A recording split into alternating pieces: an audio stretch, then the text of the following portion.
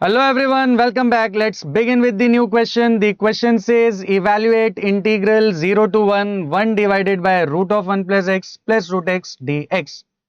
Very important question. Without wasting any time, let's quickly begin with the solution.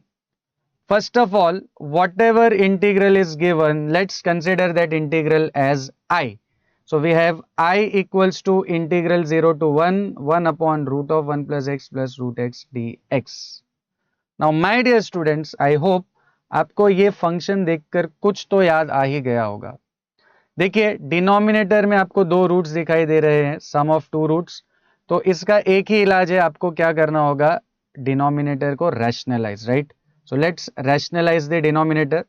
आप denominator को rationalise कैसे करेंगे, ये जो आपका इंटीग्रल है ये फंक्शन एज इट इज आ जाएगा, और डिनोमिनेटर में जो टर्म्स है उसका हमको क्या लेना पड़ेगा, कॉन्जुगेट, राइट।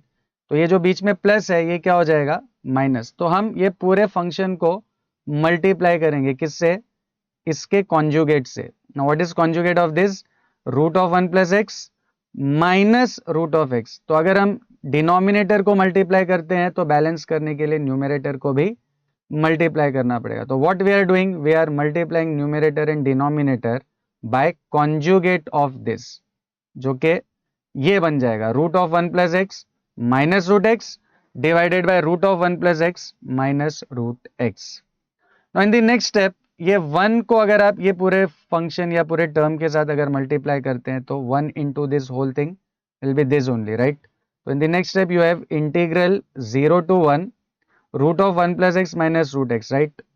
बट जो डिनोमिनेटर है आपका वो हो जाएगा a plus b into a minus b. Now come on, what is a plus b into a minus b?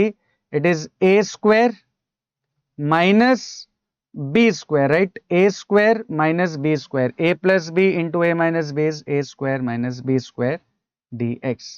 Now in the next step again numerator will remain as it is, right? So it will be integral 0 to 1 root of 1 plus x minus root x, same आ जाएगा।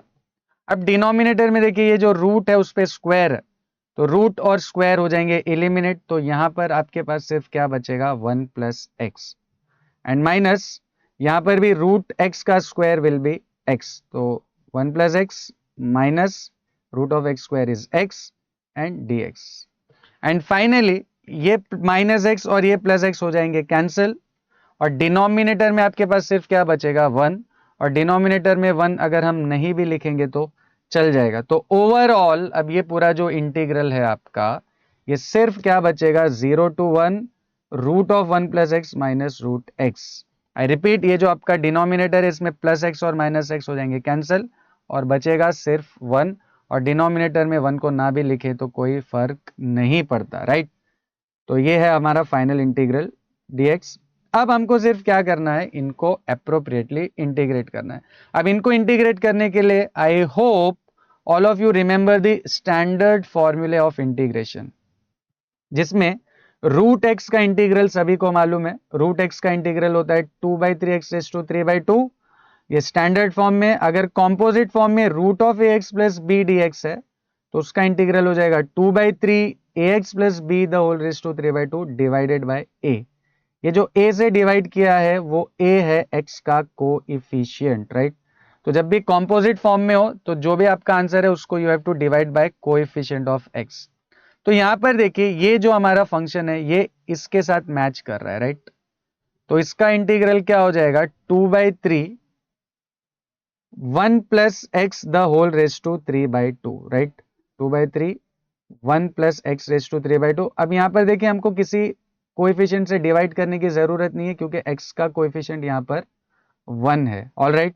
And minus root x का integral तो सीधा सीधा क्या हो जाएगा, 2/3 x raise to 3/2, और limits है 0 to 1। So lower limit 0, upper limit 1।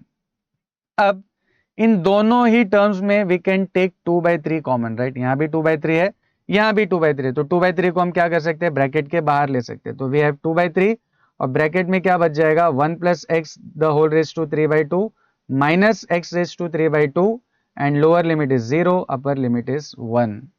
अब देखिए सिंप्लीफाई करने के बाद आपको सिर्फ क्या करना है, जहां भी x दिखाई दे रहा है वहां पर सब्सटीट्यूट करनी है अपर लिमिट। मतलब ये x और ये x दोनों की जगह पर क्या आ जाएगा, upper limit that is 1. So 2/3 as it is, और सबसे पहले क्या सब्स्टिट्यूट करेंगे, अपर लिमिट, तो 1 प्लस 1/3/2 माइनस 1/3/2, करेक्ट. ये हमने क्या किया, इस पूरे फंक्शन में अपर लिमिट सब्स्टिट्यूट कर दी. अब उसमें से माइनस आपको क्या करना है, लोअर लिमिट. लोअर लिमिट मतलब जहां भी x दिखाई दे रहा है वहां पर क्या सब्स्टिट्यूट कर देंगे, 0. तो हो जाएगा 1 plus 0 the whole raise to 3/2 minus 0/3/2, upper limit minus lower limit. And the next step, this 2/3 will remain as it is. अब ये 1 plus 1 हो जाएगा 2, तो it will be 2/3/2, right? 2/3/2 और 1 anything क्या होता है, 1 ही होता है.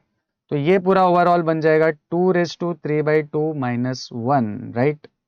और ये पूरे ब्रैकेट में देखिए आपके पास सिर्फ 1 plus 0 is 1 and 1/3/2 will be 1 only, और ये तो 0 है, तो इस पूरे ब्रैकेट में हमारे पास सिर्फ क्या बचता है, 1 बचता है. तो माइनस, और ये पूरे ब्रैकेट का 1, और ये ब्रैकेट क्लोज, राइट. अब 2/3/2, 2/3/2 मतलब पहले तो आपको क्या करना है, 2 का क्यूब, राइट. 2 का क्यूब, 2 का cube is 2 into 2 into 2, 2 into 2 into 2 is 8, और क्योंकि अपॉन 2 भी है तो उस 8 का करना है स्क्वायर रूट. तो 2 का क्यूब 8 एंड देन 8 का स्क्वायर रूट इज 2√2, राइट. तो ओवरऑल ये जो वैल्यू है ये बन जाएगी 2√2, और ये -1 एंड -1 दिख रहा है, -1 एंड -1 हो जाएगा -2. तो नेक्स्ट स्टेप में दिस विल रिमेन 2/3, ये पूरा हो जाएगा 2√2 and -1 and -1 will be -2. And finally in the last step, यहां भी 2 है और यहां भी 2 है, तो 2 को हम क्या कर सकते हैं, कॉमन बाहर ले सकते हैं. तो 2/3 और ये जो 2 कॉमन लेंगे उसको मल्टीप्लाई करोगे तो 2/3 इंटू 2 से हो जाएगा 4/3, and inside the bracket you will be left with √2 minus 1. I hope this is clear to everyone. See you in the next video.